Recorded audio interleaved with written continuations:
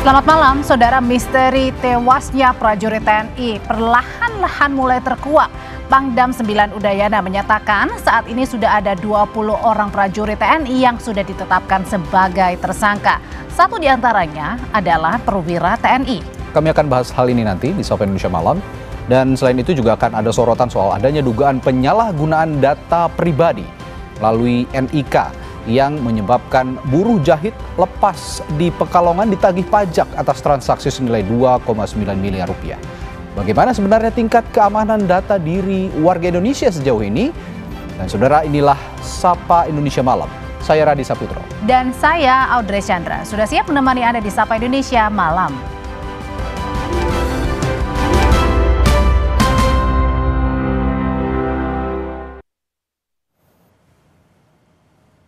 Saudara, informasi pertama, unjuk rasa Himpunan Mahasiswa Indonesia Polewali Mandar di depan kantor Bupati pada Senin siang berakhir ricuh.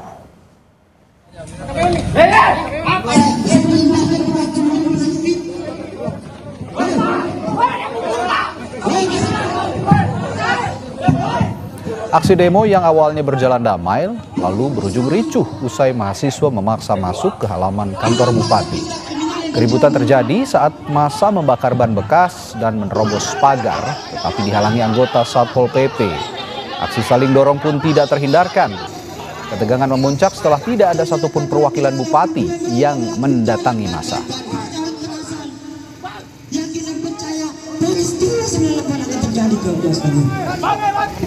Ini para satpol, kalau mau kita tidak bakar ban di dalam. Informasi berikutnya, seorang ibu dan anaknya tertimpa reruntuhan bangunan karena konstruksi rumah 2 tingkat miliknya di wilayah Melong, Cimahi ambruk pada Senin pagi.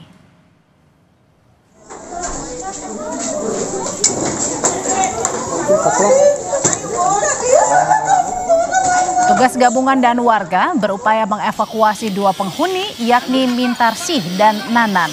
Keduanya terjebak saat bangunan rumah runtuh. Upaya evakuasi dilakukan dengan memakan waktu selama 1 jam. Ketua RW setempat menyebut sebelumnya ada 3 orang yang berada di dalam rumah, 1 diantaranya berhasil menyelamatkan diri. Dan kini kedua korban yang tertimbun dilarikan ke RSUD Cibabat untuk mendapatkan perawatan. Dalam ini sebetulnya ada 3 orang, yang 1 orang di belakang dia langsung ke belakang lari gitu.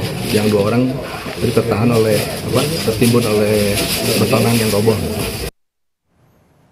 Beranjak ke berita selanjutnya, seorang keluarga pasien kecewa dengan RSUD Husni Tamrin Natal Mandailing Natal, Sumatera Utara lantaran tenaga kesehatan tidak berada di tempat. Tidak ada satupun nakes atau tenaga kesehatan yang berjaga di unit gawat darurat. Husni Tamrin Natal tak ada orang satupun, tidak ada di IGD pun tak ada satupun manusia. Dari tadi dipanggil tidak ada. Inilah kondisi rumah sakit Unis Tamrin. Seorang warga membawa keluarganya dalam kondisi butuh pertolongan harus kecewa karena tidak ada tenaga kesehatan yang berjaga. Ia harus berkeliling ke sejumlah ruangan untuk mencari tenaga kesehatan.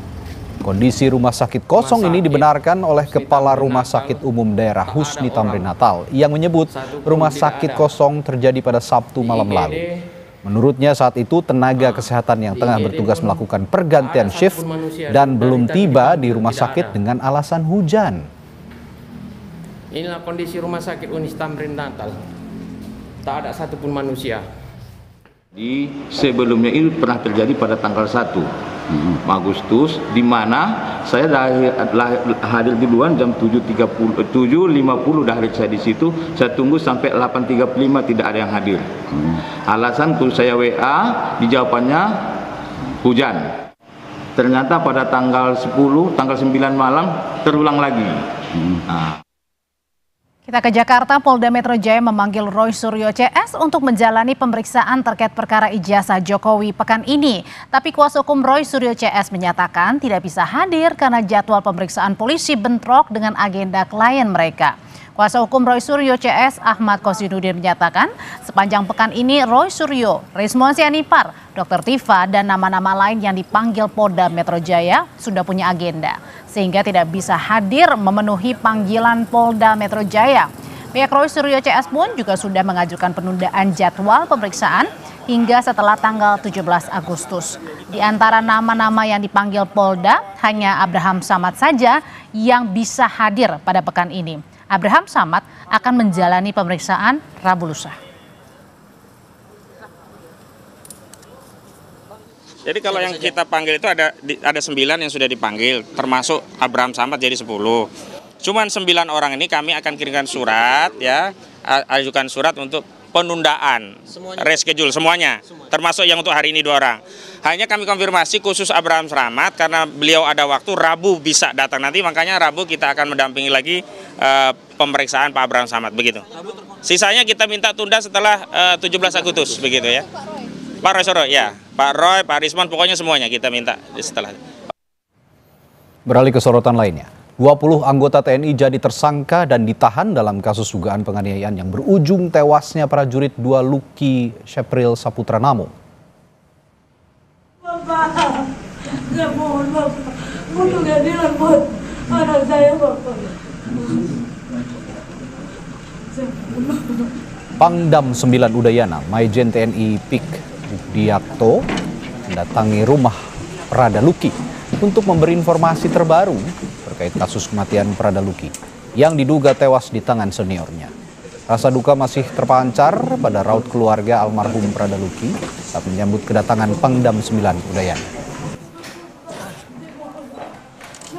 Thank you ya Bang Ijal.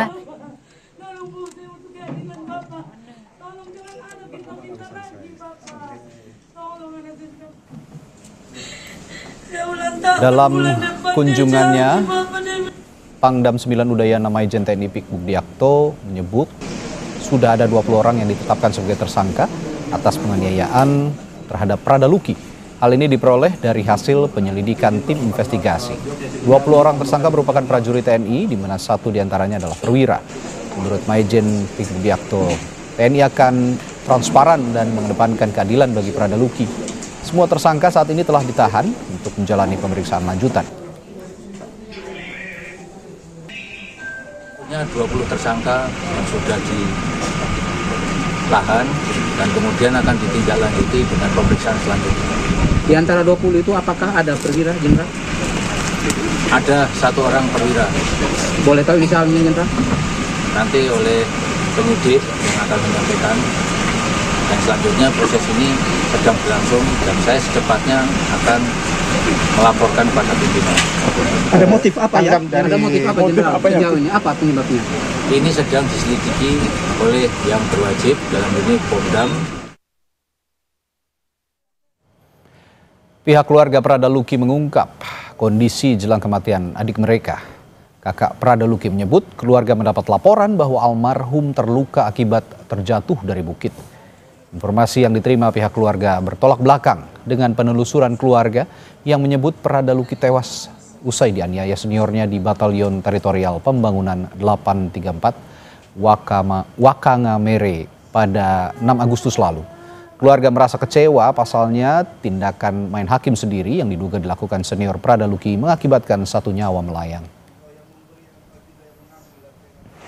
Keterangan meninggalnya itu kemarin jatuh dari, kalau dari suratnya itu bilangnya jatuh dari bukit. Kalau foto aslinya itu ada di kami semua, ada di saya. Itu luka dari mana-mana? Lukanya itu dari dia punya lengan sini sampai di kaki. Jadi mereka tutup rapat kami punya komunikasi dengan Luki. Selama Luki sakit, dari dia masuk rumah sakit sampai dia untung saya punya mama pergi. Kalau tidak berarti kita terima dia punya peti mungkin sudah dibungkus dan kita tahu kalau ini anak punya badan ini penuh dengan luka-luka. Saudara, 20 prajurit TNI telah ditetapkan jadi tersangka atas kasus kematian Prada Luki Namo. Dan atas kejadian ini, apakah penganiayaan yang dialami Prada Luki Namo karena budaya kekerasan di dalam tubuh TNI atau upaya pendisiplinan yang kebablasan dan berujung maut? Untuk membahasnya kita sudah terhubung dengan atau sudah bergabung juga di studio dengan peneliti senior imparsial Al Araf. Selamat malam Bung Al-Araf. Selamat malam, Mas. Sejauh ini saya tanya dulu bagaimana respons Anda, respons dari imparsial juga soal penetapan 20 tersangka yang sudah diumumkan oleh Pangdam 9 Doyana tadi. Ya, saya pertama ingin mengucapkan duka cita ya pada keluarga korban, karena ini sesuatu yang sangat memprihatinkan. Ya. Yang kedua, penetapan 20 ini tentu suatu hal yang baik, tetapi harus ditindaklanjuti dalam proses yang transparan dan akuntabel. Ya. Karena proses ini kan berjalan di dalam internal tubuh TNI, sehingga proses-proses investigasinya kecenderungannya sulit untuk mendapatkan transparansi dan akuntabilitas. Karena itu dalam proses penyelidikan ini tidak cukup hanya melibatkan institusi TNI. Peran Komisi 1 sebagai lembaga yang mengawasi pertahanan menjadi penting untuk turun langsung ke lapangan, melihat proses hukum yang berjalan itu berjalan dengan baik atau tidak gitu. Yang kedua adalah lembaga-lembaga independen seperti Komnas HAM juga bisa mengecek tentang persoalan ini. Tapi persoalan ini tidak hanya terjadi di Kupang, sebelumnya di tahun 2023, 2021 juga terjadi kekerasan oleh senior yang mengakibatkan kematian juniornya. Dalam konteks itu, ini alarm di dalam organisasi TNI bahwa ada persoalan di dalam organisasi TNI yang seringkali mengakibatkan terjadinya kekerasan, kematian kepada mereka seperti yang dianggap juniornya ini. Ini masalah serius. Prajurit TNI dididik dan dilatih untuk persiapkan perang dalam menghadapi musuh dari luar, dan kemudian penggunaan kekerasan hanya ditujukan untuk itu, bukan kepada juniornya ataupun kepada sesama anggota TNI, apalagi sama warga sipil, kepada warga sipil gitu. Ya. Yang bertambah membuat kita miris begitu, Bung Al-Araf. Ya, dari 20 tersangka, ini konon ada 1 perwira yang juga ditetapkan sebagai tersangka. Apakah ini juga menandakan bahwa selama ini atau peristiwa yang terjadi di Kupang setidaknya ini sudah menunjukkan bahwa ada kejahatan ataupun tindakan kekerasan yang terstruktur dari pimpinannya, dari atasnya? Ada 4 faktor paling tidak yang kita bisa lihat dari persoalan kasus-kasus seperti ini. Yang pertama ada soal culture ya. Culture kekerasan dengan penyalahgunaan kekerasan yang berlebihan di dalam tubuh TNI itu terhadap anggotanya sendiri atau sama anggota TNI. Ini sesuatu yang harus mulai dihentikan gitu.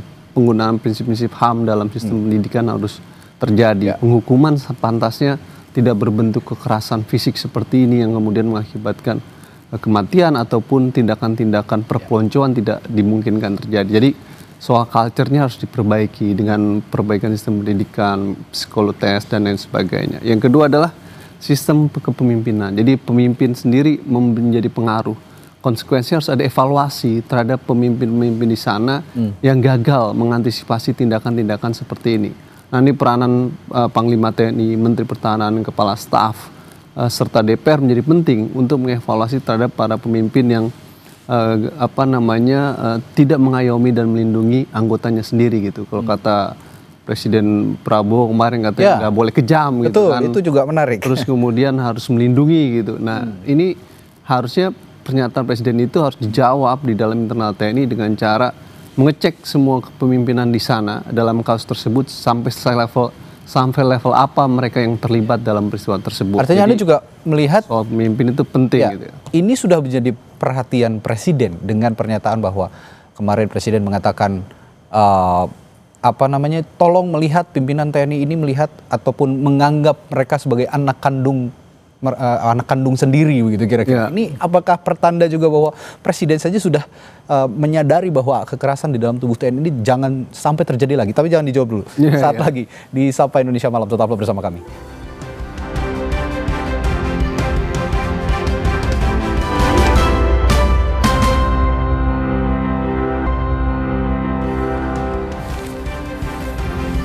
Sebelum kami lanjutkan perbincangan, saya bacakan pernyataan dari Kepala Dinas Penerangan TNI AD Brigjen TNI Wahyu Yudayana yang menyatakan 20 personil TNI Angkatan Darat telah dinyatakan sebagai tersangka dalam kasus tewasnya Prada Lukinamo. Saat ini, 20 tersangka tersebut masih diperiksa untuk mengetahui peran dan keterlibatan masing-masing. Kadis Penat juga menegaskan TNI akan bersikap transparan dalam kasus ini.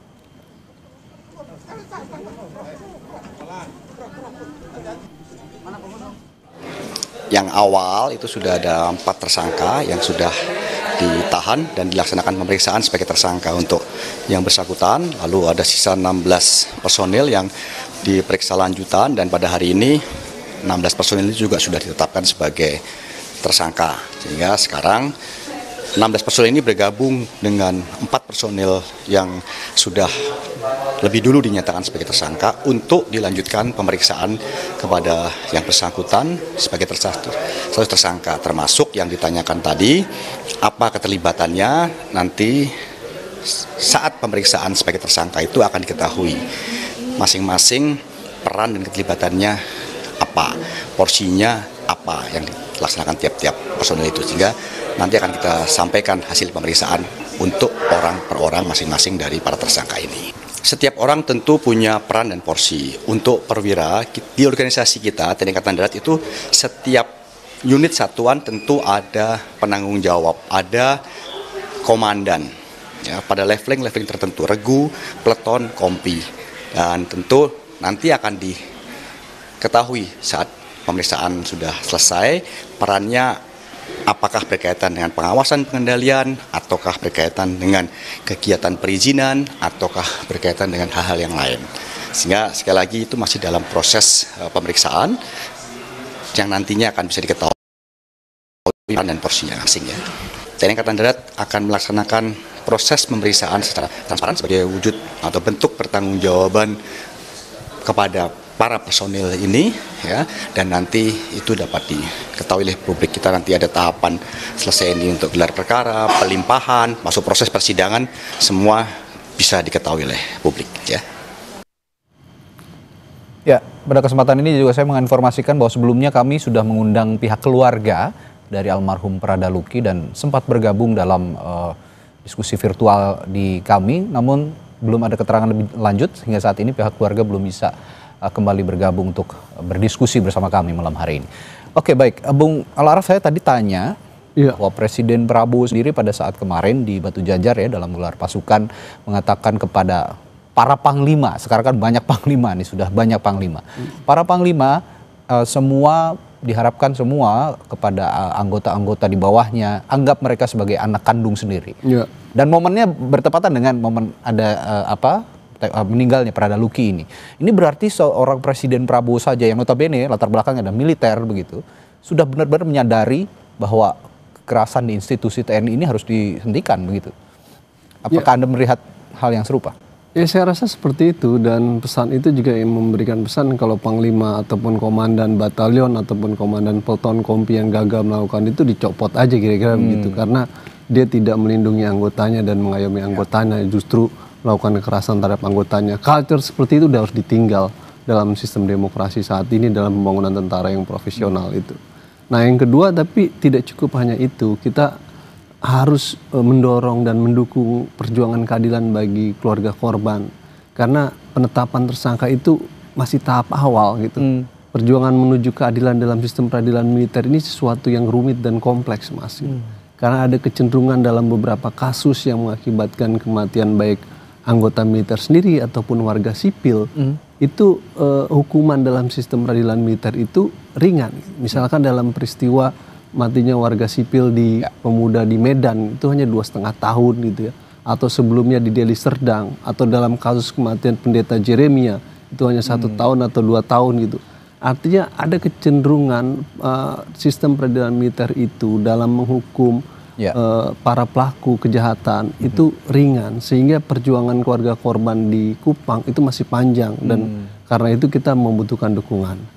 Nah, jauh lebih dari itu, peristiwa-peristiwa yang terjadi di Deli Serdang, Medan, Kupang ataupun Papua dan beberapa lainnya dalam peristiwa-peristiwa yang melibatkan anggota militer yang melakukan kekerasan, terlibat kekerasan dan kemudian dihukum dengan vonis ringan, harus menjadi pelajaran buat parlemen untuk segera melakukan reformasi peradilan militer melalui revisi Undang-Undang 3197, sehingga kasus-kasus seperti ini yang mengandung unsur tindak kejahatan umum dapat diadili dalam peradilan umum, karena mekanisme peradilan militer itu tidak memenuhi prinsip-prinsip fair trial tuh, tidak memenuhi prinsip yang adil dan baik.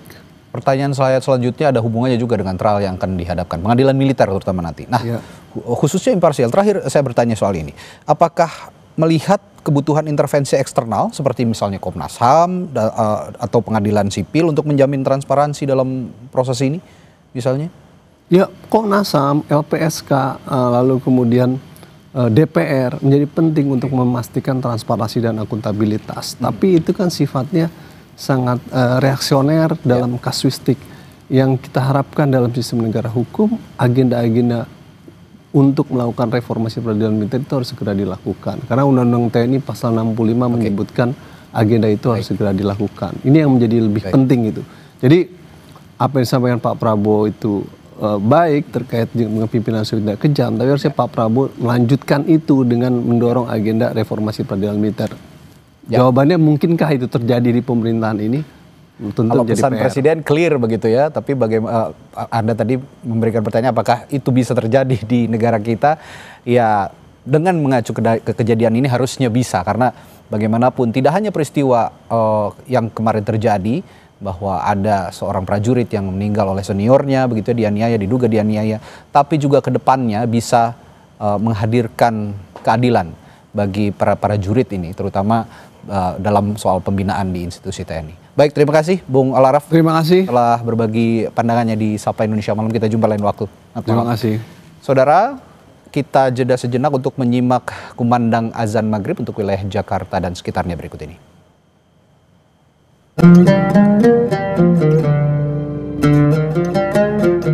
Allahu Akbar, Allahu Akbar, Allah.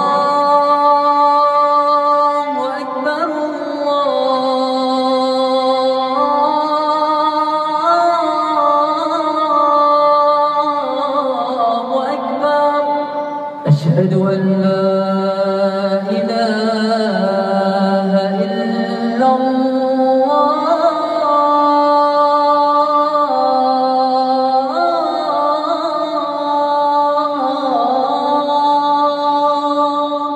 أشهد أن لا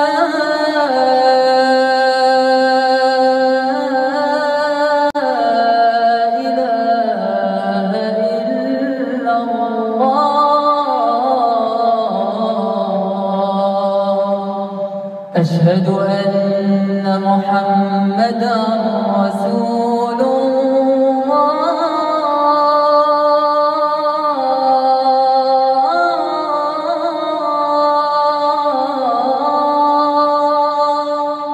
أشهد أن محمدا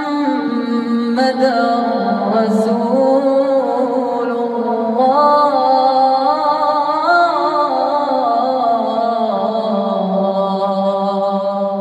حي على الصلاة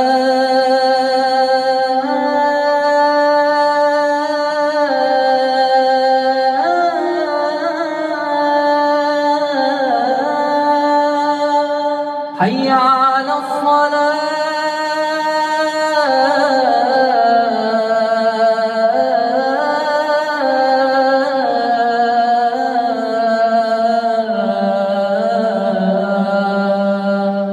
حي على الفلاح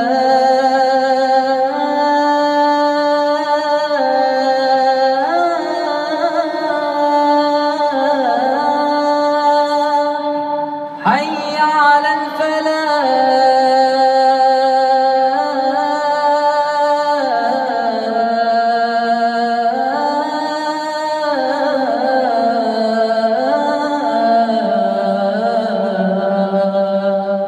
الله أكبر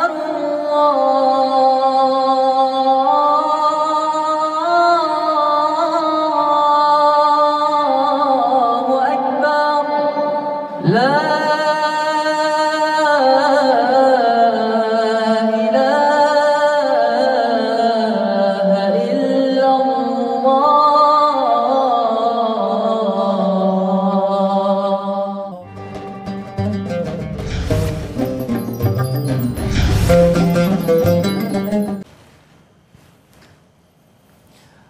Kami ucapkan selamat menunaikan ibadah sholat maghrib untuk wilayah Jakarta dan sekitarnya. Dan kami beranjak ke informasi selanjutnya di Sapa Indonesia Malam. Saudara, 5 jurnalis kantor berita Al Jazeera tewas dalam serangan udara Israel di dekat Rumah Sakit Al-Shifa di Gaza. Al Jazeera mengonfirmasi kelimanya tewas saat berada di depan gerbang utama rumah sakit itu.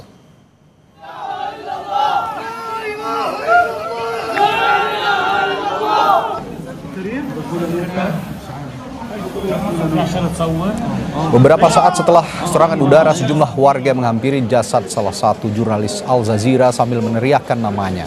Jurnalis itu bernama Mohammed Kreikeh. Rekannya Anas Al-Sharif juga tewas dalam serangan Israel itu.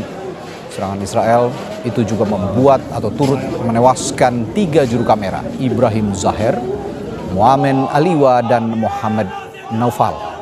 Al Jazeera mengungkap salah satu jurnalis, Anas Al-Sharif, telah meliput di Gaza selama 22 bulan belakangan sejak Israel menggempur wilayah tersebut.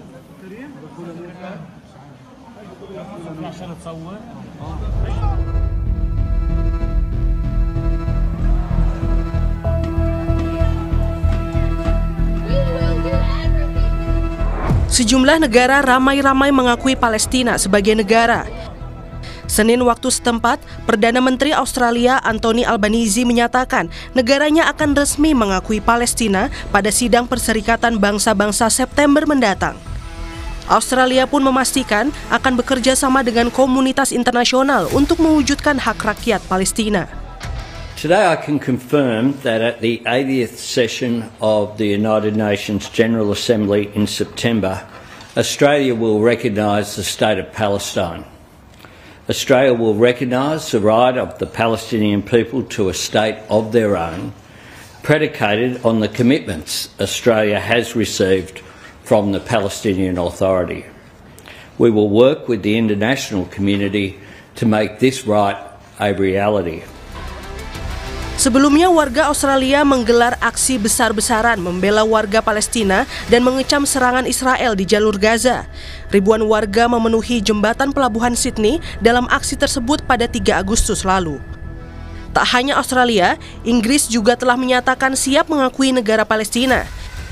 Sikap ini merespon kemarahan publik Inggris dan masyarakat global terhadap kekejaman Israel atas warga Palestina di Gaza. We have always believed that there is no better vision for the future of the region than 2 states. The global community is deeply offended by children being shot and killed as they reach out for aid. Perancis dan Kanada pun telah berkomitmen mengakui negara Palestina pada sidang umum PBB ke-80 September mendatang. Perdana Menteri Kanada Mark Carney mendukung solusi 2 negara Israel-Palestina. Sementara Presiden Perancis Emmanuel Macron telah berhenti mengirimkan senjata kepada Israel. Sejak Oktober 2023 saat Israel menggempur jalur Gaza, lebih dari 62.000 orang meninggal dunia sejak Israel menggempur jalur Gaza pada Oktober 2023. 2017 orang diantaranya tewas saat menanti makanan dan obat-obatan di titik distribusi bantuan. Saudara, seorang buruh jahit kaget mendapat surat dari kantor pajak yang meminta penjelasan transaksi bisnis senilai 2,9 miliar rupiah. Diduga ada penyalahgunaan data NIK yang mengakibatkan data buruh jahit digunakan pihak lain. Selengkapnya kami punya pembahasannya setelah jeda.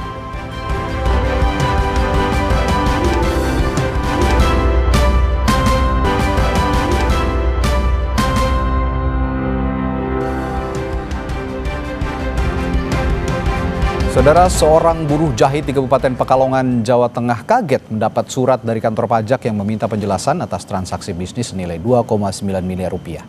Diduga ada penyalahgunaan data NIK yang mengakibatkan data buruh jahit digunakan pihak lain. Ismanto dan istrinya, warga desa Coprayan, mengaku tak pernah menyangka mereka dimintai klarifikasi terkait transaksi senilai 2,9 miliar rupiah oleh kantor pajak. Rumah Ismanto sempat didatangi petugas KPP Pratama Pekalongan pada Rabu lalu. Dalam surat yang dibawa petugas, tercantum nama, alamat, dan NIK sesuai KTP Ismanto. Namun, ada perbedaan data RT dan RW. Terlampir juga rincian belanja kain dari sebuah perusahaan di Boyolali dengan transaksi yang fantastis, yakni 2,9 miliar rupiah. Kalau tak ada kesini bicara-bicara ini atas nama Pak Ismanto, ada transaksi dari PT Kain ini dengan jumlahnya gitu sekitaran 75 juta, 65 juta dengan total 2,9. Ya, saya awalnya pas bilang kayak gitu kan saya, transaksi kain? Saya sih kayak gini Pak keadaannya, orang rumah saya aja kayak gini. Emang Bapak percaya kalau saya punya transaksi sebesar itu? Terus saya minta surat keterangan dari Balik Desa, saya bawa ke kantor pajak dan kantor pajak juga sudah itu ya selesaikan berarti. Sudah selesaikan, udah clear sih Pak sebenarnya Pak. Udah clear, emang benar datanya suami saya itu digunakan oleh orang lain yang tidak bertanggung jawab. Pada Jumat lalu, Ismanto mendatangi kantor pajak Pekalongan untuk klarifikasi. Hasilnya, diduga ada penyalahgunaan data diri oleh orang tak dikenal. Kepala kantor pajak Pekalongan bilang, surat dikirim untuk mengonfirmasi data transaksi, bukan sebagai tagihan pajak. Itu datang karena dari surat tersebut belum ada respon. Kami ini mendatangi, hanya menanyakan sebenarnya klarifikasi. Benar enggak sih, Pak, Bu? Anda ini melakukan transaksi nilai 2,9 sekali nilai transaksi ya, bukan pajaknya, bukan. Jadi ini pun dari nilai transaksi 2,9. Kalau misalnya nanti bisa dijelaskan, sebenarnya kami ingin klarifikasi, benar nggak sih melakukan transaksi dengan salah satu perusahaan tekstil itu nilainya 2,9. Sebenarnya itu saja. Kantor Pelayanan Pajak mengimbau masyarakat agar tidak sembarangan membagikan NIK kepada pihak lain karena data pribadi bersifat rahasia. Tim Liputan Kompas TV. Dan kita akan bahas terkait dugaan penyalahgunaan NIK KTP seorang warga di Pekalongan atas transaksi senilai 2,9 miliar rupiah. Bersama yang hadir di studio saat ini ada Ketua Pusat Pelaporan dan Analisis Transaksi Keuangan PPATK periode 2002-2011 Pak Yunus Hussein dan Chairman Lembaga Riset Keamanan Siber dan Komunikasi Sisrek Pratama Persada. Selamat malam Bapak-Bapak. Selamat malam. Ya, saya ke Pak Yunus dulu. Pak Yunus, berdasarkan pengalaman Anda, bagaimana pola penyalahgunaan NIK dalam transaksi keuangan seperti yang terjadi juga di Pekalongan ini? Biasanya bagaimana polanya? Kalau lihat ketentuan undang-undang ya, kalau orang buka rekening ya atas nama sendiri atau atas nama orang lain ya, sebagai beneficial owner misalnya, dia harus disclose semuanya. Itu diatur di pasal 19, 20 Undang-Undang TPPU. Ya. Jadi kalau tidak di-disclose ya nggak sesuai dengan ketentuan yang namanya ketentuan customer due diligence ya. Due diligence ya. Nah saya pernah ya untuk masalah ini saya pernah ngecek juga ke KPP di tempat saya di Pondok Gede. Ternyata menurut pengalaman kawan-kawan Fiskus, banyak para majikan, para pengepul, para bos-bos itu menggunakan transaksi menggunakan nik pegawainya. Bisa supirnya, bisa mungkin tukang kebunnya atau pesuruhnya. Dipakai niknya, dia kan tahu nik pegawainya. Betul. Jadi pakai nik dia itulah dilakukan transaksi, sudah tentu ada maksud-maksud untuk mengurangi kewajiban pajak dari si majikan, si pengepul ini gitu. Jadi kalau gitu ini bisa dikatakan bagian tren dari pencucian uang begitu Anda? Ya tren lebih banyak tax evasion ya. Kalau dilihat kan dia pernah bekerja di perusahaan konveksi atau apa ya? Ya. Dia pernah bekerja di sana, terus dia keluar, dia buat usaha sendiri. Betul. Diduga kuat kalau menurut saya dari majikan lamanya lah yang memanfaatkan nik dia tidak tahu hubungannya dengan dengan peristiwa ini dengan pernahnya dia bekerja di perusahaan konveksi itu. Kalau di barang yang dibeli sama lihat kerjaan dia sekarang itu sama. Dan kalau yang bisa tahu nik itu biasa anak buah staf kita, pegawai kita tahu lah identitas dia. Di situ ada nik, KTP kita kan udah nyebar kemana-mana. Itulah yang kita ikut undian pun KTP diminta, kita beli tiket diminta, kita beli apa diminta, udah ada nik di situ. Gampang disalahgunakan. Nah, bagaimana proteksinya dan dari mana kebocoran pertama kali kita ya perlu diteliti. Ya. Nah, sekarang bicara proteksi gitu ya. Sekarang bicara proteksi kalau gitu Mas Pratama. Perspektif keamanan siber nih kalau begitu. Apa kemungkinan penyebab bocornya nik seperti dalam kasus buruh jahit kalau yang sudah diungkapkan Pak Yunus kan begitu. Kalau dari perspektif jadi begini, kalau kita lihat hampir nggak ada data masyarakat Indonesia yang selamat.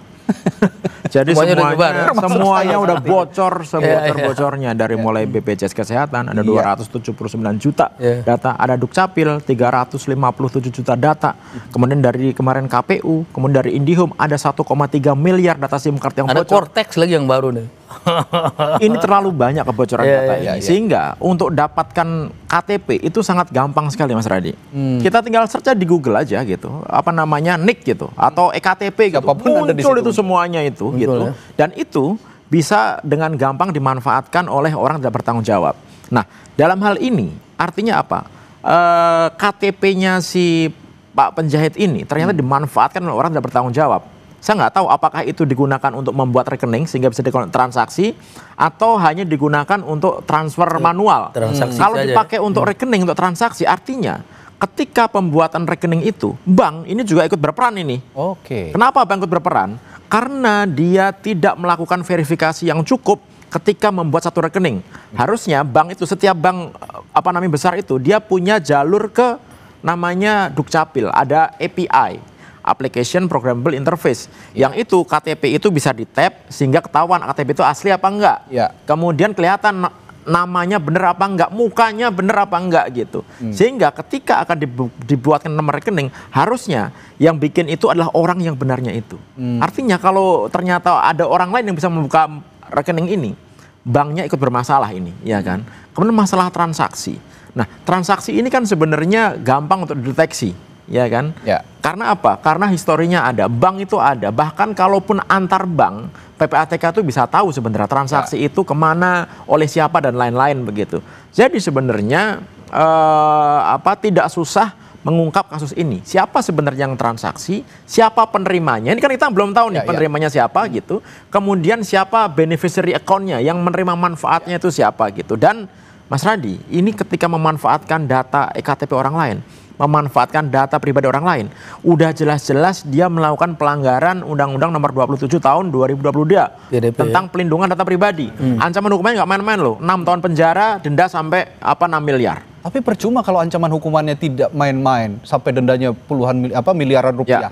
Tapi mendeteksinya sulit sekali. Pelakunya siapa? Ini yang jadi pertanyaan. Bagaimana menjerat para pelaku pencatutan data pribadi ini? Saya tanyakan juga nih sudah bergabung juga bersama kita ada anggota Komisi 2 DPR RI dari fraksi Partai Golkar, Bang Ahmad Doli Kurnia. Selamat malam, Bung Doli.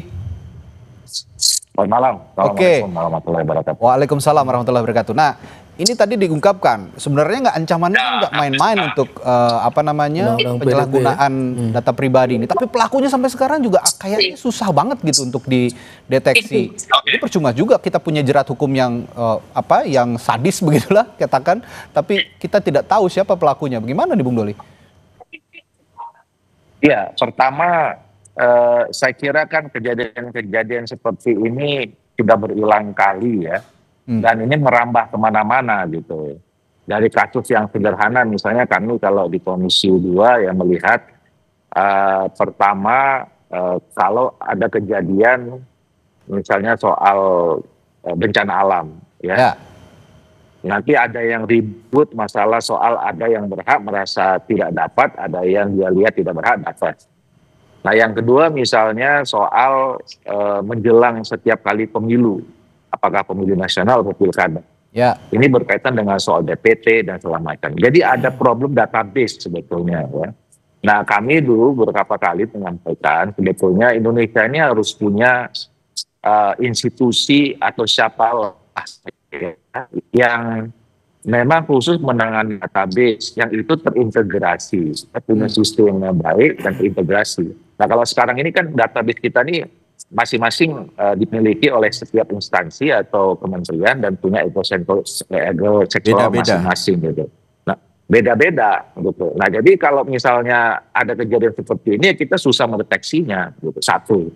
Yang kedua, problem law enforcement.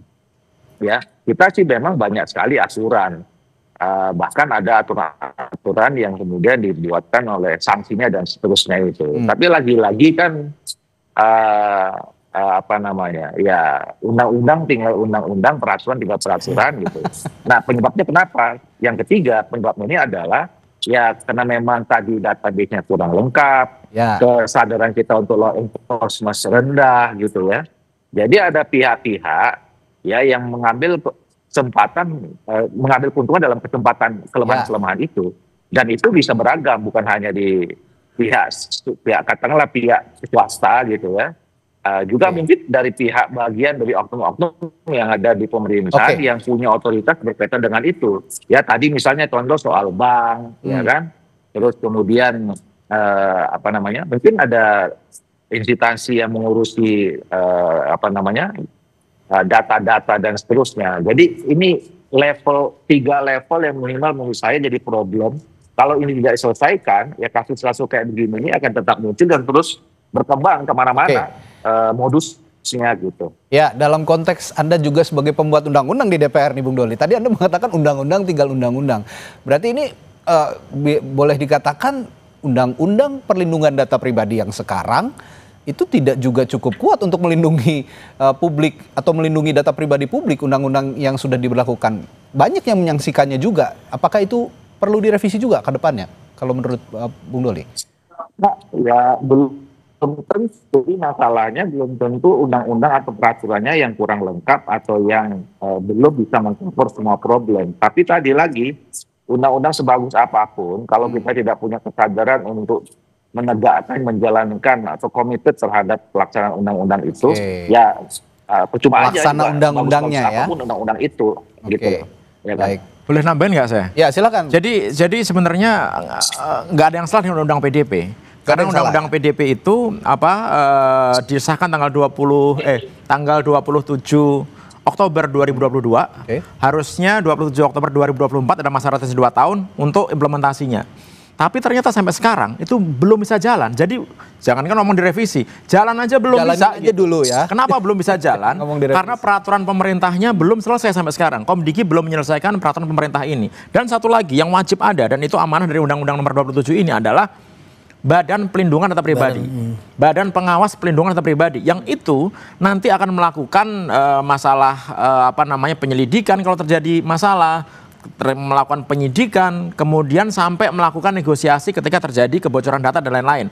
Lembaga ini yang nanti akan melindungi masyarakat. Jadi Bapak penjahit tadi, kemudian ada kemarin ada 400 orang yang tiba-tiba dia ngeklik APK undangan, duitnya hilang semuanya gara-gara orang memanfaatkan data pribadinya dia. Itu ada tempat lapornya. Kalau sekarang nggak ada, nggak ada.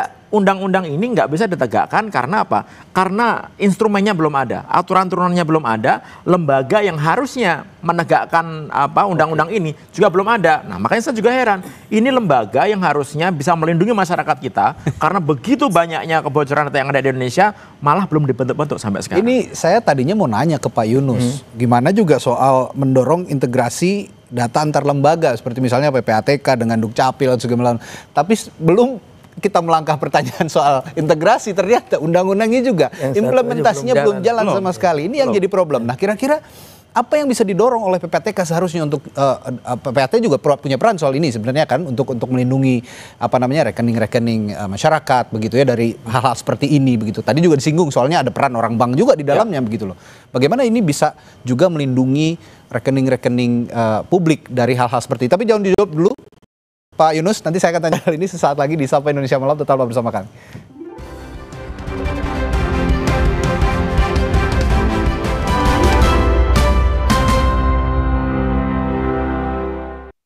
Aku Viva melewati 7 tahap nano purifikasi, menjaga sejuknya kemurnian dari mineral baik dalam setiap tetesnya.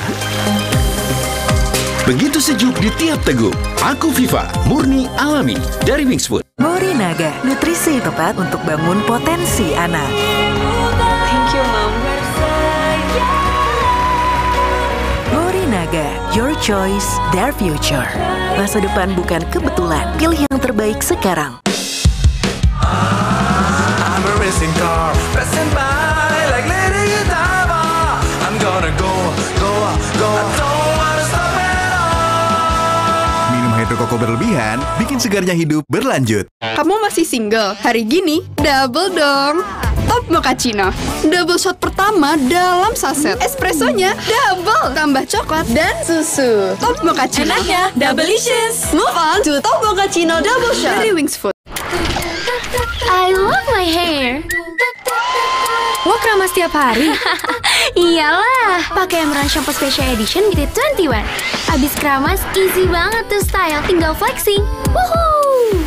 Confident enteng banget di kepala. Wangi parfum Koreanya long lasting dengan Neo Fresh. Gak ada story rontok, apalagi ketombean. That's right. Adanya story flexing rambut tiap hari. Style apa aja? Seru. Flex your hair now with Emerald Shampoo Special Edition BT21.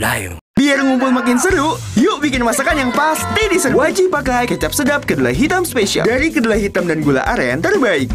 Semur lidahku, bikin lidah auto party. Menggoda. Aduh sama cumi kecap tante. Caramelize. Wilgos approve. Giliranku bikin yang specialisius. Looks good kan? Taste good. Aromanya sedap. Kecap sedap kedelai hitam spesial. Looks and taste beyond good dari Wings Food. Aku Megan Domani, si banyak aksi. Pakai Hearst Protect Maxi Wing, lagi dapet bukan halangan. Mau ngapain aja, aku maksi terus. Baru nih, Hearst Protect Maxi Wing. 2 kali anti bocor, nyerap maksimal. Lapisan super kering, perekat sayapnya kuat, no geser-geser. Lagi dapet, aku bebas gerak, nggak worry bocor. Banyak aksi, tetap slay. Bareng Hearst Protect Maxi Wing. Stay comfy all day. Kita generasi bersih sehat yang berani main di luar. Nuvo Family melalui Wings Group membantu UNICEF wujudkan generasi bersih sehat melalui program WASH di sekolah. Nuvo Family, 2 steps ahead melindungi 24/7. Generasi bersih sehat, berani main di luar. I love my hair. Lo keramas tiap hari? Iyalah, pakai Emerald Shampoo Special Edition BT21. Abis keramas, easy banget tuh style, tinggal flexing. Woohoo! Confident enteng banget di kepala. Wangi parfum Koreanya long lasting dengan Neo Fresh. Gak ada story rontok, apalagi ketombean. That's right. Adanya story flexing rambut tiap hari. Style apa aja? Seru. Flex your hair now with Emerald Shampoo Special Edition BT21.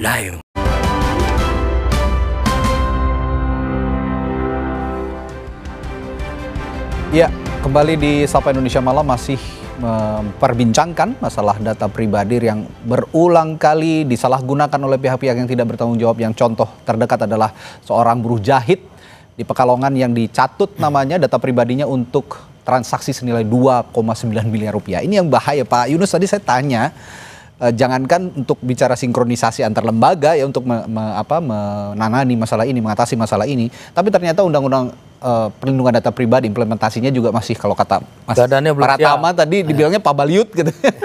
Kalau kata orang Sunda tadi di break kita bincang-bincang ngomongnya masih pabaliut. Nah, peran PPATK seharusnya di kasus ini misalnya untuk perlindungan data pribadi khususnya untuk misalnya membuka rekening atau melindungi rekening publik agar tidak disalahgunakan oleh orang-orang tidak bertanggung jawab. Bagaimana seharusnya Pak? Kalau PPATK hanya sebagian aja data di sana ya, financial data ya terkait dengan transaksi ya ada. Tapi selain itu banyak sekali data yang sudah disebutkan baik di Dukcapil, di instansi-instansi terkait, Depsos ya. Dulu pernah ada peraturan mengenai One Data, termasuk One Map juga, di mana diharapkan katakanlah ada satu kesatuan, tapi tidak harus di satu tempat data itu sehingga bisa saling sharing ya, bisa dimanfaatkan. Tapi sampai sekarang kelihatannya belum jalan sehingga data satu sama lain itu masih simpang siur gitu. Sehingga untuk mengambil keputusan jadi tidak pas. Bisa keputusan itu keliru karena yang dipakai data yang tidak cocok dengan yang lain dan yang tidak berhak bisa menikmati atau sebaliknya gitu. Nah, ini penting sekali validitas data, kemudian data-data itu kalau istilahnya saya lebih banyak mungkin mereka boleh punya seperti federal gitu ya. Tapi bisa dipertukarkan, kemudian bisa dimanfaatkan. Jangan ada ego sektoral yang mau memiliki data. Berarti sekarang masih ego sektoral nih ya? Masih banyak ego sektoral. Terus terang saja masih banyak. Di setiap lembaga misalnya. Nggak ada bohong kita. Oke, di Kementerian Sosial punya data masyarakat berbeda misalnya dengan Dukcapil, begitu? Dia pakai sendiri. BPS, sama Pemda apalagi, beda juga gitu. Dia pakai sendiri masing-masing aja. Makanya saya bilang, padahal secara teknologi itu bukan isu saat ini. Mau Anda menggunakan software apapun, database apapun, itu gampang sekali menyatukan data itu. Yang jadi masalah adalah ternyata nggak mau loh mereka untuk menyatukan data itu. Nah ini kan harus dicari nih. Kenapa kok nggak mau gitu? Ya kan kita udah punya data Dukcapil nih. Sudah lengkap nih data masyarakat kita ya kan. Kan tinggal nanti di klaster-klaster. data yang apa namanya masyarakat miskin berapa, yang ini berapa, ini mana, data Pemda seperti apa. Ini kan bisa disinkronkan. Berarti sinkron dipertukarkan. Iya, kita ini punya perpres satu data Indonesia gitu, yang harusnya bisa dijalanin. Oke, one single identity ini masih mimpi katanya, masih mimpi. Dan permasalahan ego sektoral, saya akan tanyakan juga ke Bung Doli. Bung Doli masih bersama kami ya, Bung Doli. Kalau masalah ego sektoral ini masih saja berkutat di hal yang sama untuk menghambat, ya, termasuk implementasi Undang-Undang Perlindungan Data Pribadi, apa yang bisa didorong oleh Komisi 2 DPR? Ya, saya kira ini kan kita sekarang pemerintahan baru ya, dan Pak Prabowo saya kira sampai sejauh ini sangat serius lah kalau dilihat dari kampanye, kemudian pernyataan dan pidatonya itu untuk menyelesaikan semua persoalan yang ada di Indonesia ini. Nah, dari 5 tahun yang lalu pada saya jadi pimpinan Komisi 2, saya sudah menyampaikan sebetulnya salah satu problem mendasar di Indonesia ini adalah tadi problem soal database itu. Gitu. Nah, apalagi tadi kita juga sama-sama melihat ya, masing-masing kementerian institusi ini punya ego sektoral. Nah, ini kan sebetulnya tinggal gampang aja kalau memang semua kementerian atau itu punya ego sektoral, punya tidak kemauan. Nah, tinggal kan pimpinan pucuk tertingginya kan mau atau panglimanya harus yang bicara. Ya kan? Nah, kalau misalnya dilihat itu ya tegaskan saja. Saya waktu itu mengusulkan, saya bukan karena mitranya Kementerian Dalam Negeri, tapi karena mulai dari catat orang lahir sampai meninggal, itu koordinasinya ada di pemerintah daerah yang pembinanya adalah Kementerian Dalam Negeri. Ya sudah, semua dipusatkan ke Kementerian Dalam Negeri. Atau kalau kemudian itu dianggap, wah kalau gitu satu kementerian dong yang punya kewenangan, ya sudah buat saja institusi baru, apalah namanya gitu ya, yang langsung bertanggung jawab kepada presiden, yang mengatur soal semua data ini. Itu yang pertama. Nah yang kedua, tadi saya menyinggung Mas apa tadi ya? Pratama. Memang banyak undang-undang yang sudah diputuskan oleh pemerintah dan DPR, itu memang kadang-kadang implementasinya agak terhambat gara-gara peraturan turunan berikutnya itu tidak diselesaikan. Itu banyak sekali ya. Kasus terakhir misalnya soal undang-undang ASN ya. Saya waktu itu ikut undang-undang ASN itu. Nah, ini udah lewat berapa tahun, atau undang-undang tentang penataan daerah. Itu undang-undangnya tahun 2014 ya. Sampai sekarang itu nggak ada peraturan pemerintahnya. Nah, makanya oleh karena itu saya kira pemerintahan sekarang ini yang sangat punya intention untuk membuat perubahan citra baru gitu ya. Nah, ini harus direview tuh undang-undang mana yang sampai saat ini tidak bisa diimplementasikan ya, karena peraturan turunannya nggak selesai-selesai.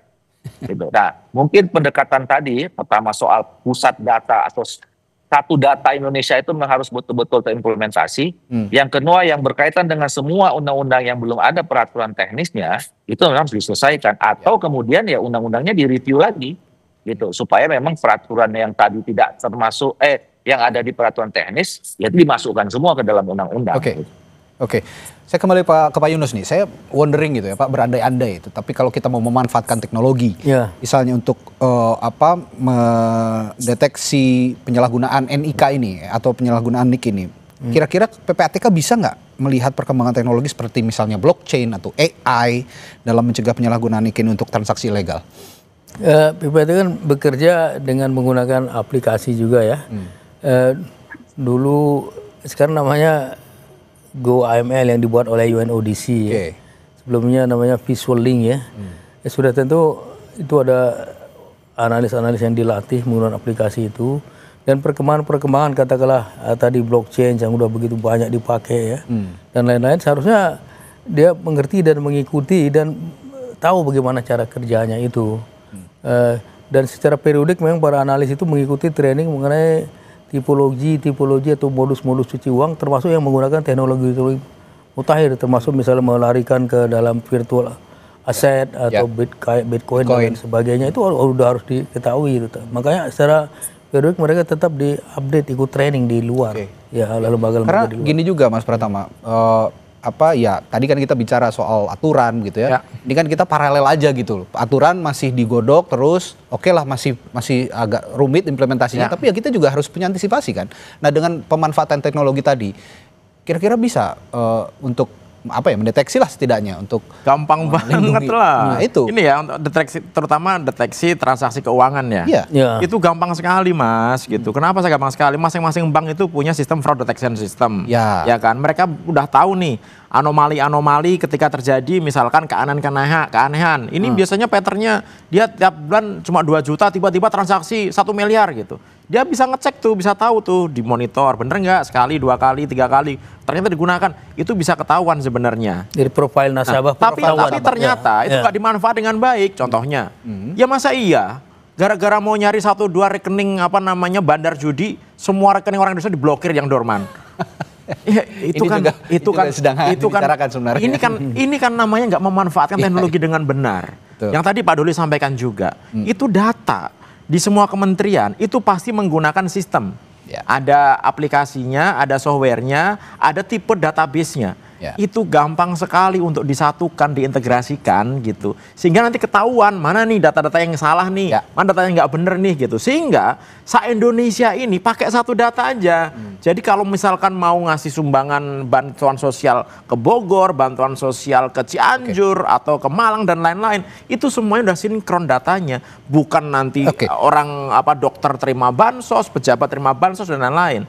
Nah, itu nggak akan bisa terjadi kalau tidak ada willingness para pemimpin institusi itu untuk mau eager berkolaborasi dan lain-lain. Sebentar, Mas Pratama. Tadi Anda menyebutkan juga ada andil pihak bank juga yang kadang-kadang nakal begitu. Dalam kasus-kasus seperti ini gitu. Ini apakah perlu, kan bank juga di bawah pengawasan OJK nih ya? OJK ya? Di bawah pengawasan OJK ya, kita clearkan dulu, bank itu di bawah pengawasan OJK.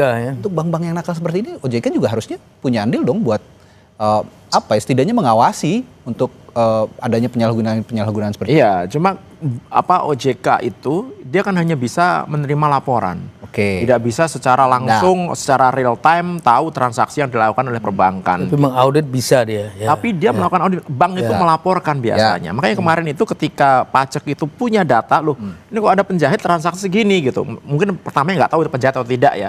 Cuma ada transaksi segini kok belum dibayar pajaknya gitu. Gitu didatengin kan, ternyata penjahit gitu kan. Nah, ini kan pajak ini kan dia bisa dapetin data nih. Dapat data dari mana dia? Itu kan bisa diusut. Dia nggak mungkin dapat data tiba-tiba ngambil data siapa kemudian tahu itu ada tunggakan pajak ya kan. Nah, ini kan juga sebenarnya bisa diusut. Mas, selama menggunakan digital itu kita bisa melakukan tracing. Makanya saya bilang uang judi online itu gampang untuk di tracingnya. Siapa penerimanya, level berapa, level ke-7, 8 dalam negeri, luar negeri, itu pasti bisa kedeteksi. Tapi tadi pertanyaan Mas Radi masalah blockchain. Ini urusan yang agak berbeda. Kenapa? Karena blockchain itu menggunakan teknologi yang distributed sistem gitu. Jadi nggak ada servernya. Dan begitu masuk semuanya encrypted. Orangnya nggak ketahuan siapa, kemudian ditransfernya kemana, ke negara mana nggak ada. Yang tahu kita hanya punya kode dompet digitalnya ada, dompet kriptonya saja gitu. Nah, ini memang membutuhkan teknik beda lagi. Ada sistem yang beda lagi yang digunakan untuk melakukan monitoring transaksi blockchain. Tapi ini sudah ada sebenarnya. Tadi Pak Yunus mengatakan kalau PPATK memang sudah berkembang gitu, seharusnya mereka punya sistem yang bisa digunakan untuk melakukan monitoring ini. Walaupun bukan namanya yang ketahuan, tapi minimal ketahuan dompet digitalnya mana. Dan kerjasama antar negara saat ini sudah bagus gitu.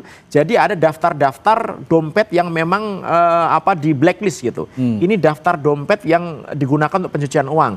Ini daftar dompet yang digunakan untuk terorisme gitu, itu udah ada. Sehingga ketika ada transaksi ke sana itu langsung alert. Nah, di Indonesia itu ada penyedia layanan kripto, ada Indodax, ada toko kripto dan lain-lain. Itu juga harus bekerjasama dengan pemerintah. Mereka harus melaporkan kalau terjadi anomali di bawah transaksi. Saya boleh nambah sedikit? Silakan Pak. Amerika membuat One Data itu dia buat namanya Data Fusion Center. Fusion Center di beberapa tempat. Dulu waktu dia 9/11 dia terserang tuh karena datanya memang tidak menyatu gitu. Jadi dia nggak tahu akan ada serangan di sana.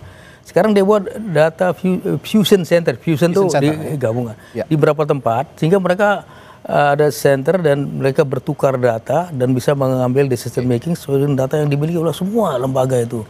Dulu lebih dari 10 dia buat. Kita ditawarkan waktu itu. Ini bisa jadi contoh solusi ya Pak ya? Kalau contoh solusi, Data Fusion Center itu salah satu cara untuk mencegah. Nah, ini kita sudah ada berbagai contoh solusi dari Mas Pratama, dari Pak Yunus. Nah, Bung Doli untuk langkah paralel yang saya katakan tadi untuk solusi paralelnya sendiri supaya seiring sejalan begitu ya, tidak saling tunggu begitu untuk menemukan solusi. Bagaimana kira-kira Bung Doli? Ya, pertama saya kira memang harus sudah dipikirkan tadi ya. Nah, kami ini sebetulnya di Badan Legislasi sedang menyusun undang-undang tentang revisi undang-undang BPS. Nah, ini salah satu contoh belum adanya political will ya pemerintah untuk menyatukan data. Nah, kami mengusulkan supaya ya sudah, kalau memang belum ada, bisa nggak BPS ini bukan hanya sekedar undang-undangnya itu bicara tentang soal teknis, ya, mengumpulkan data, terus kemudian melakukan sensus dan segala macam. Tapi kemudian kalau data itu ada, siapa yang kemudian menjadi pusat yang memegang kewenangan untuk mengatur data ini? Dan harus satu gitu loh. Nah, sampai sekarang itu pemerintah belum bisa jawab. Gitu. Apakah BPS mau tempatkan itu? Itu perlu didorong lagi, berarti tanya lagi Bung Doli. Nah, buat badan baru lagi ini maunya kita dorong. Ya enggak mesti, pilihannya nggak mesti punya badan baru. BPS tapi bisa, BPS siapa yang diberikan? Ya itu tadi saya berpikir karena memang dia yang ngambil dari hulunya, yang mengambil data dan segala macam. Nah, kenapa nggak kemudian BPS yang kita kasih kewenangan untuk kemudian kalau dikasih undang-undang sih boleh sih. Nah, tapi sampai sekarang itu belum ada pembicaraan ke arah sana. Nah, kenapa ini menurut saya makin lama mendesak ya? Karena tadi problemnya ini kan semakin eskalatif dan semakin meluas. Modusnya udah kemana-mana ya. Bahkan sekarang sangat lucu kalau kita mau buat anekdotnya ya, gara-gara kita nggak bisa mempunyai data yang bagus, kita agak sulit sekarang membedakan antara penjahat sama penjahit, kan gitu kan? Nah, coba udah sampai seperti itu loh problem kita ini. Gitu. Iya.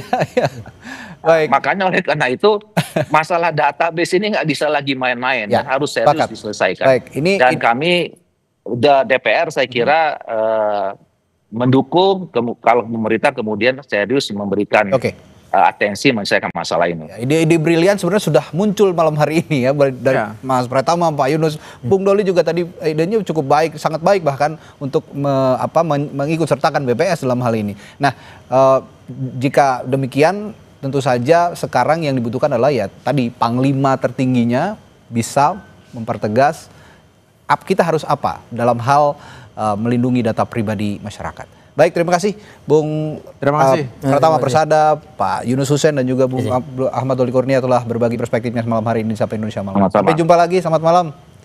Terima kasih. Malam. Saudara, setelah jeda masih ada informasi lainnya yang akan kami hadirkan di Sapa Indonesia Malam. Kuasa hukum Roy Suryo CS memohon penundaan pemeriksaan ke Polda Metro Jaya yang sedianya dijadwalkan pekan ini. Hadirkan pembahasannya sesaat lagi bersama rekan saya Audrey Chandra.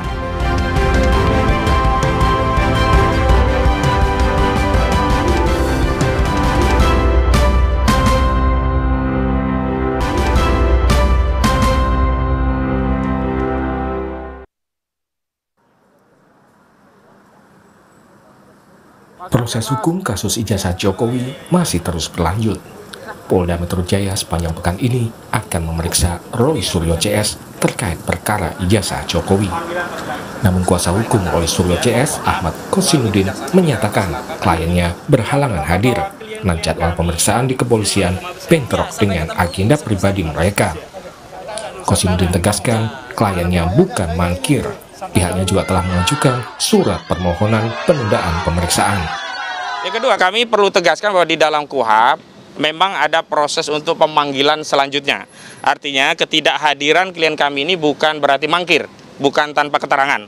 Jadi secara resmi kami nanti akan menyerahkan surat pertama tentu saja kepada penanggung jawab proses penyidikan ini, yakni kepada Direktur Reskrimum Polda Metro Jaya ya. Jadi Reskrimum nanti kita kirim surat, itu tujuannya sebenarnya kepada Kapolda Metro Jaya, apalagi Kapolda Metro Jaya kita kan baru yang sekarang ya. Mudah-mudahan surat ini nanti bisa memberikan argumentasi bahwa memang tidak ada panggilan yang diabaikan. Jadi panggilannya patut. Berbeda dengan ketidakhadiran Saudara Joko Widodo yang sebelumnya kita tidak tahu dia dipanggil, dan tentu saja malah kita jadi bingung karena justru penyidik yang mendatangi saksi selaku korban Saudara Joko Widodo ke Solo untuk diambil keterangannya.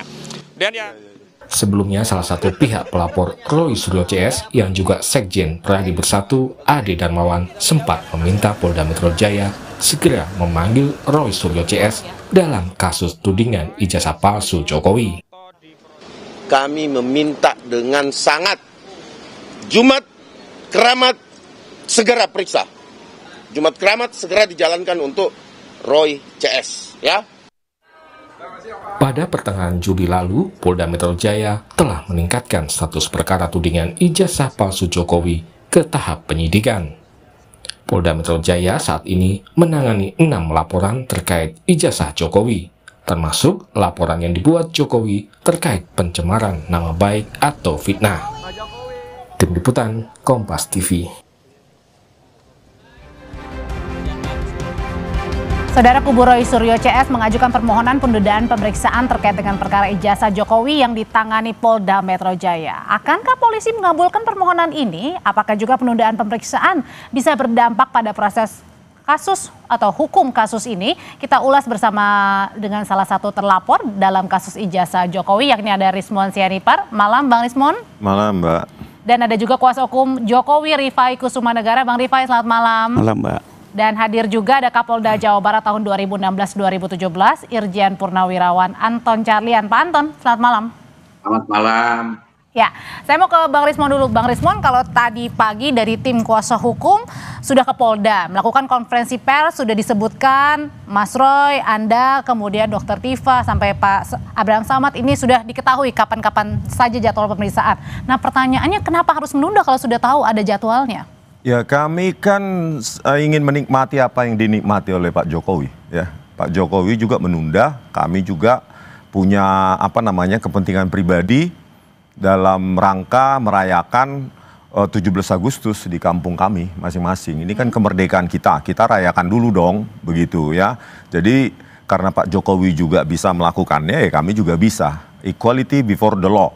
Apalagi Pak Jokowi kan menikmati itu Polda penyidiknya malah datang ke Solo. Ini jadi balas-balasan? Bukan balas-balasan, ya ini kan 17 Agustus, kita rayakan dulu dong. Gitu loh, bahwa kita merdeka.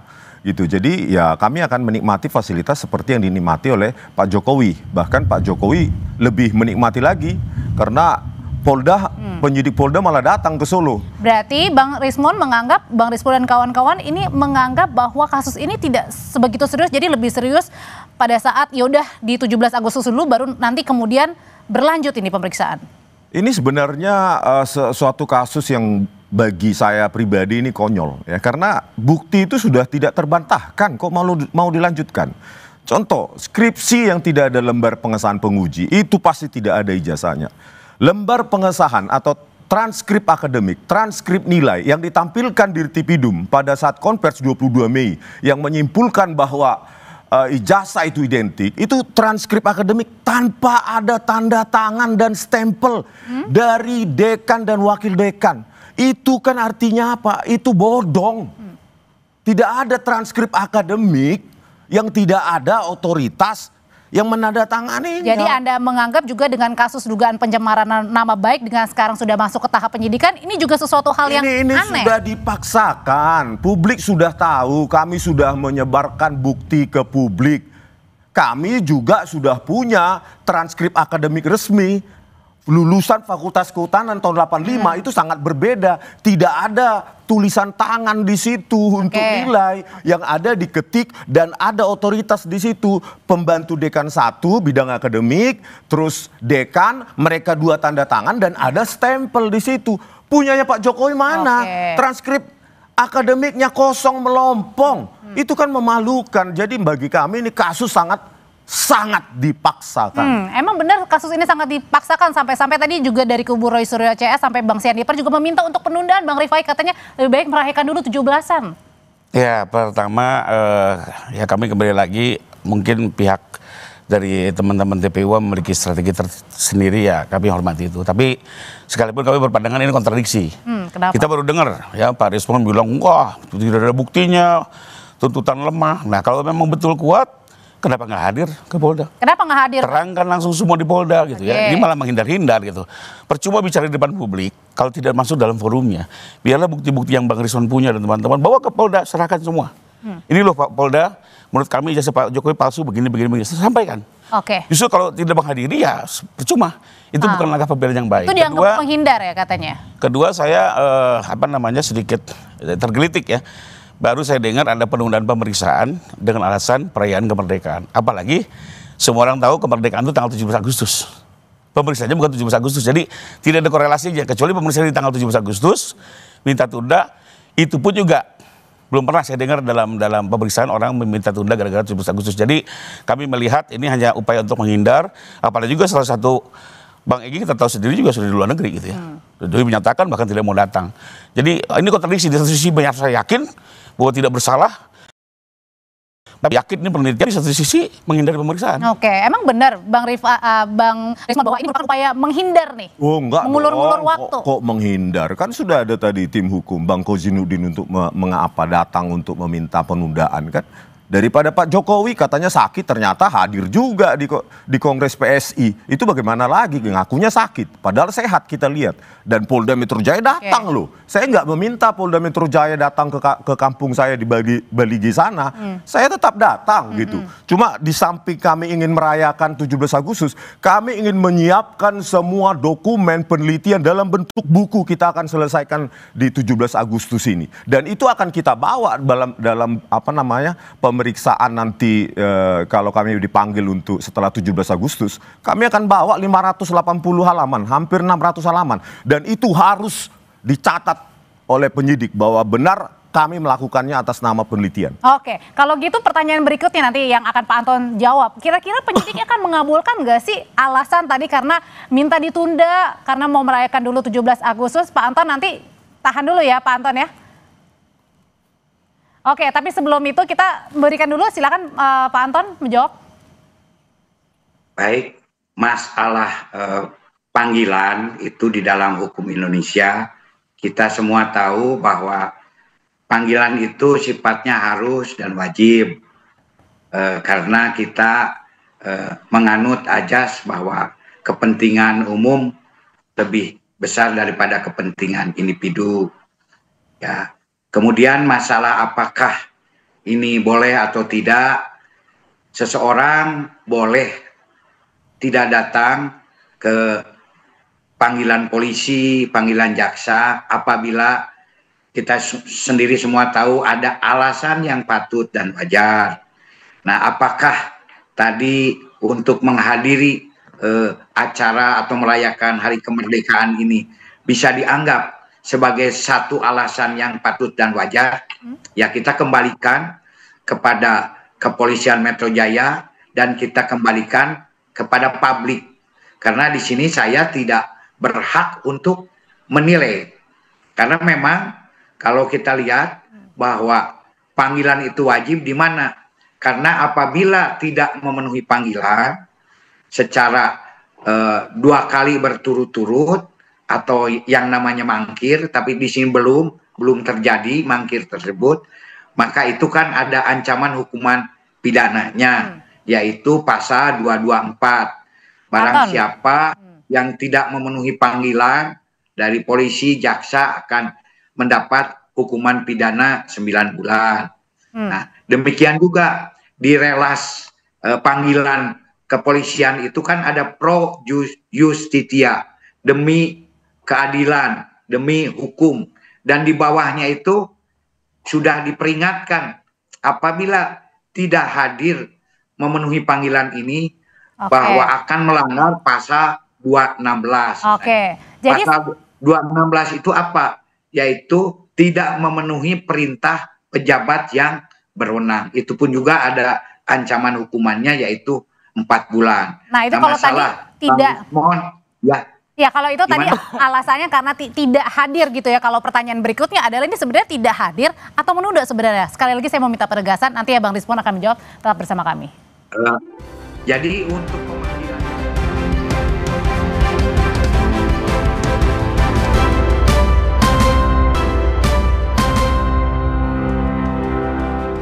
Melanjutkan pertanyaan saya sebelumnya, Bang Rismon, jadi sebenarnya ini alasannya menunda atau emang nggak mau datang atau jangan-jangan ini juga sengaja nih menjadi ujian begitu ya, dipertanyakan apakah penyidik berani untuk kemudian ya mengabulkan lah permintaan penundaan Anda dan rekan-rekan? Ini cuma penundaan untuk perayaan 17 Agustus sebagai warga negara. Kenapa sih? Kan kami juga jauh-jauh rumahnya, ya kan harus pulang untuk merayakan 17 Agustus. Kan kami tidak minta fasilitas seperti Pak Jokowi, ya penyidik Polda Metro Jaya datang ke kota kami kan. Jadi fair-fair saja lah. Kenapa Pak Jokowi bisa menikmatinya? Yang kedua, apa yang perlu saya sampaikan di sini hal baru adalah tanggal 7 Agustus 2025 kemarin kami mendatangi Kompolnas. Kompolnas. Kompolnas sendiri tidak menyatakan tidak ada keterlibatan pada saat gelar perkara khusus tersebut. Begitu juga tadi pagi ke Komnas HAM dan mereka juga tidak ada menyatakan keterlibatan dalam gelar perkara khusus tersebut. Padahal saya hadir di situ seolah-olah ada wakil dari kedua lembaga tersebut ya, Kompolnas dan Komnas HAM. Jadi kami konfirmasi tidak ada keterlibatan kedua lembaga sebagai pengawas independen penegakan hukum di Indonesia. Inilah makanya ya saya katakan bahwa ini udah ugal-ugalan, seperti dipaksakan. Padahal ya publik sudah tahu lah. Ya Pak Jokowi itu tinggal minta maaf kepada rakyat, menggunakan ijazah palsunya sebagai capres 2014, 2019. Sudah selesai, rakyat bisa memaafkan. Begitu loh. Dan kalau memang bersikeras, tolong jangan dicabut laporannya gitu. Supaya Pak Jokowi sendiri nanti ya kan ingin memidana kami nih, memenjarakan kami 12 orang ya. Datang sendiri ke pengadilan, tunjukkan ijazahnya, jelaskan kepada publik dan rakyat proses akademik dari A sampai Z. Karena kami juga punya bukti-bukti yang membantah dan menyanggah itu. Oke, gimana tanggapannya Bang Rifai? Ya soal hadir di persidangan sudah dinyatakan langsung oleh beliau. Beliau akan datang ke sidang, menunjukkan ijazahnya. Jadi bukan sesuatu yang perlu dipertanyakan, beliau sudah dinyatakan ke hadapan publik. Karena itu kami mendorong untuk perkara tetap lanjut ya. Termasuk juga kami meminta, ada dua yang mau kami klarifikasi ya, bahwa tadi Bang Rismon bilang bahwa skripsi Pak Jokowi tidak pernah ada lembar pengesahan pengujian, itu tidak benar ya. Saya sudah saksikan langsung, saya lihat langsung skripsi beliau itu ada tanda tangan pengesahan dari para penguji 3 orang ya. Bahwa itu tidak tercantum di skripsi itu soal lain, tapi saya sudah lihat ada itu di dalam administrasi perkuliahan UGM. Termasuk juga apakah transkripnya sudah ditandatangani oleh Dekan Pudek? Sudah, saya pastikan juga. Ini berarti balik lagi ke ijazah ya? Ini mau jawab lagi yang tadi di counter ya. Kembali lagi kan Pak Rismon hanya melihatnya apa yang ditayangkan oleh Dirpidum, tidak melihat langsung administrasi UGM. Nah, jadi biarlah nanti dalam penyidikan atau dalam persidangan semua terang benderang.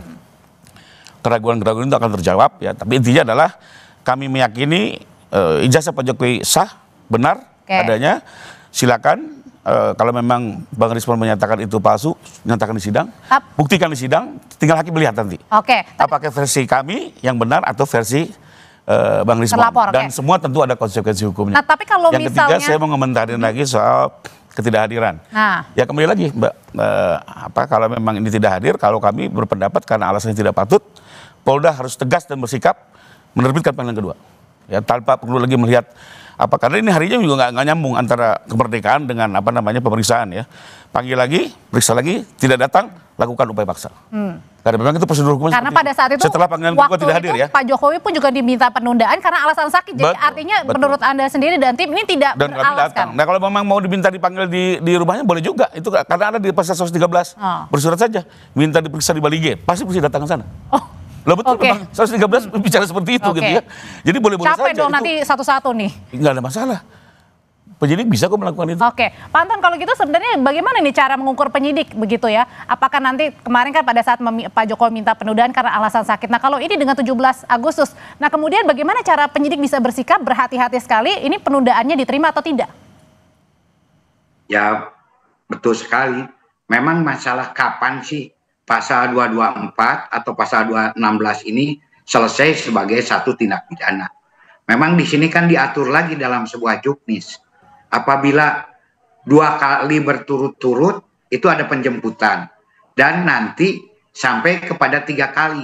Nah, jadi memang masih ada tenggang waktu sampai 3 kali. Nah, sehingga di sini selesainya satu tindak pidana bahwa mangkir itu sendiri ya kami biasanya menerapkan ketika 3 kali berturut-turut tidak bisa datang ke kepolisian. Nah, di dalam hal ini masalah apakah ini wajar dan tidak, nah itu sangat situasional gitu kan. Apakah ini menurut polisi merayakan hari kemerdekaan ini wajar? Ya silakan saja. Kalau menurut polisi wajar, ya bisa dikabulkan.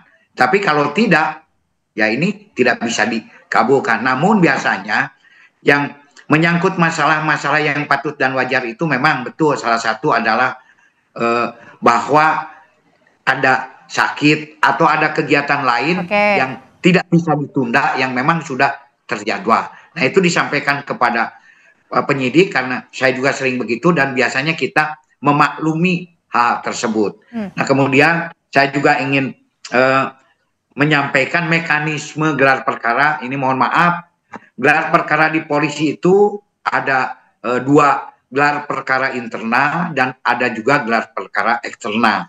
Nah ketika gelar perkara internal itu kewenangan mutlak dari Polri, tidak perlu menghadirkan dari manapun juga. Namun ketika sudah mengadakan gelar eksternal itu di dalam juknisnya itu silakan untuk mengundang siapapun juga. Kemudian satu hal lagi, masalah apakah boleh mendatangi seseorang saksi ketika memeriksa. Itu pun juga diatur di dalam KUHP bahwa memang bisa saja penyidik itu datang ke tempat seseorang apabila di tempat tersebut misalkan lebih banyak lagi saksinya dan memang yang bersangkutan itu dalam kondisi sakit gitu. Jadi itu boleh dan itu pun juga hanya terbatas pada saksi. Nah, sementara seandainya saksi, artinya berarti Pak Anton bukannya pilih ya, bukannya pilih memilih begitu ya, yang ini boleh dan ini tidak, itu artinya tidak seperti itu ya, karena memang ada alasan tertentu yang memang sudah ada aturannya diperbolehkan oleh KUHP. Kecuali saksi yang akan menjadi tersangka. Kita ada di dalam juknis itu tidak boleh.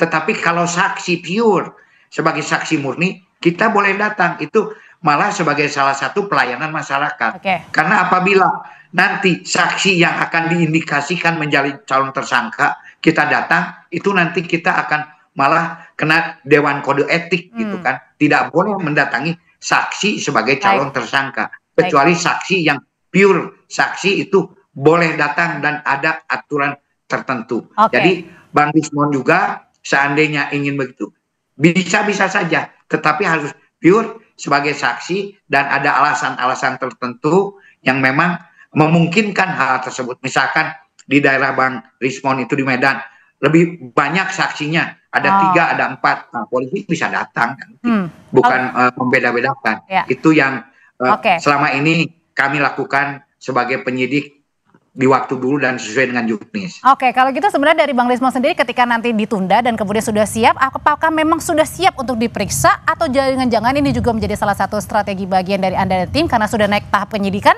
jangan-jangan juga mengulur nih, ada tersangka penetapan atau enggak? Nanti dulu ya Bang. Itu rahasia. Nanti dulu Bang, usai jeda.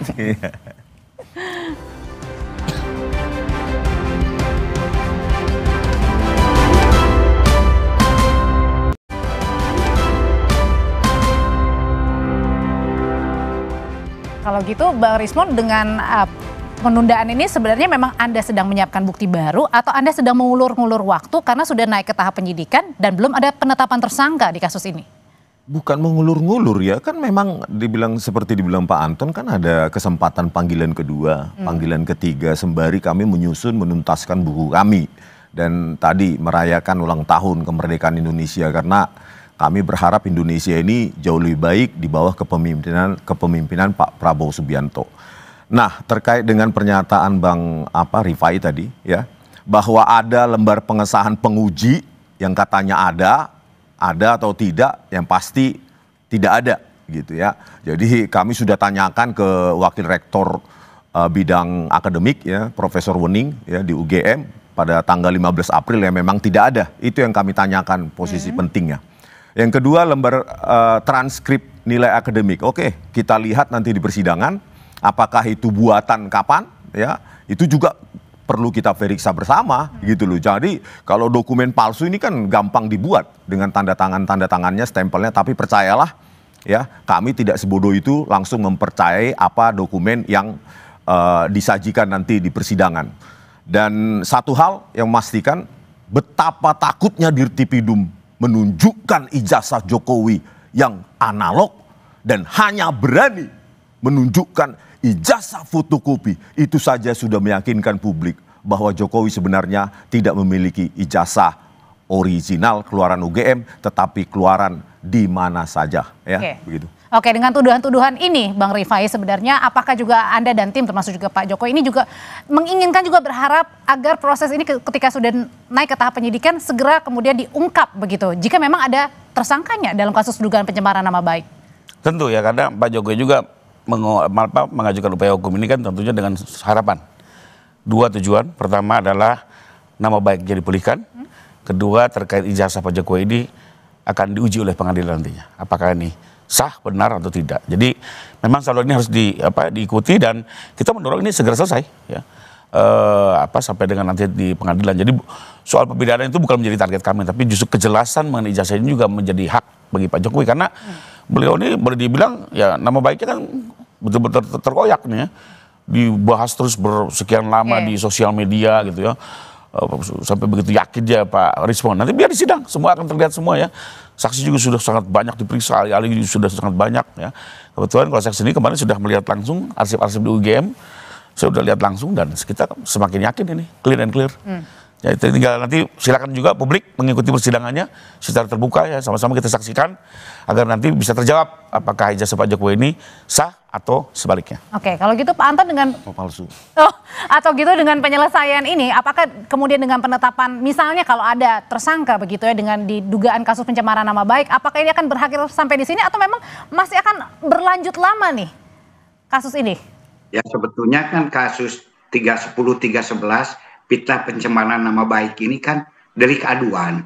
Kalau delik aduan itu kan ya ketika yang bersangkutan yang bersengketa nanti ya siapa tahu nanti adanya islah atau perdamaian ya selesai ini. Yang penting tidak sampai ke pengadilan, ketika masih bisa terjadi perdamaian ya delik aduan kan bisa dicabut gitu. Yang penting jangan sampai sudah diputus itu kemudian berdamai, itu tidak bisa karena itu sudah inkrah ya. Dan juga saya di sini ya sangat menarik sekali kasus ini. Saya juga berharap kepada Bang Rismon, CS gitu, tidak perlu bercermin pada kaca yang retak gitu. Kalau Pak Jokowi nanti tidak hadir gitu kan, tidak usah diikuti kalau memang itu memang dianggap salah. Tunjukkan bahwa kita sebagai warga negara yang baik, yang taat hukum. Nah mungkin masyarakat pun juga akan lebih respect dengan hal itu. Jangan sampai nanti malah ada yang menilai seolah-olah alasannya ya kekanak-kanakan dan lain-lainnya. Maklumlah masyarakat gitu kan. Itu kita gentleman bahwa Bang Rismon dan Pak Roy ini betul-betul sebagai pendekar hukum yang memang taat ajas hukum. Ya untuk kebenaran sekalipun langit runtuh kan ya tegakkan hukum. Nggak usah takut kan. Itu yang saya harapkan. Oke, kalau gitu singkat ya dari bapak-bapak berdua, akankah tadi kalau meminjam kata Pak Anton, mungkin nggak sih berdamai islah? Singkat aja. Pak Jokowi harus jujur. Rakyat sekarang sudah tidak bisa ditipu lagi. Ya. Jadi udah jujur aja lah, rakyat akan memaafkan. Oke, Bang Rifai? Ya, karena berita ini sudah kemana-mana ya.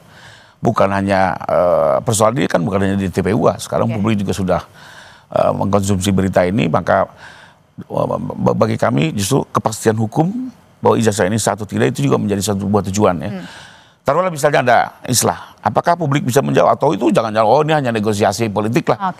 Sementara dianggap tetap ijazah itu bermasalah. Nah ini forum yang kita bisa lakukan ya, dan nggak perlu khawatir jenis pemidanaan pun ke depan sudah berbeda ya.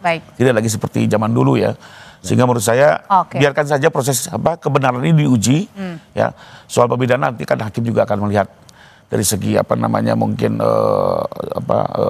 perilakunya. Saksi termasuk ya? Gimana? Ya pemeriksaan saksi juga termasuk ya? Ya, jadi maksud saya kita jangan fokus apakah pidana ini harus penjara dan penjara. Tidak seperti itu ya.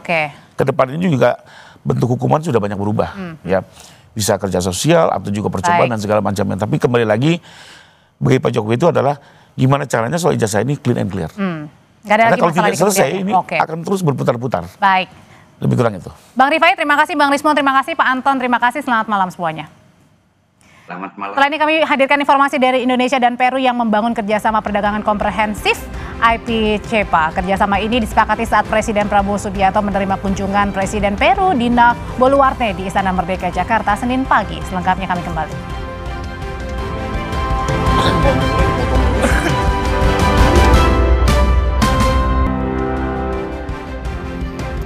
Kembali di Sapa Indonesia Malam, Saudara. Indonesia dan Peru membangun kerjasama perdagangan komprehensif IPCEPA. Kerjasama ini disepakati saat Presiden Prabowo Subianto menerima kunjungan Presiden Peru Dina Boluarte di Istana Merdeka Jakarta Senin pagi.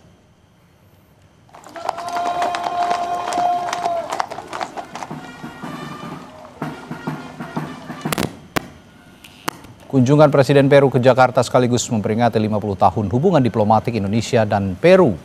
Kedua negara sepakat meningkatkan kerjasama pemberantasan narkotika dan perdagangan ilegal, serta bermitra dalam bidang pangan hingga pertahanan. Kita sepakat juga kerjasama dalam pemberantasan narkotika, perdagangan ilegal.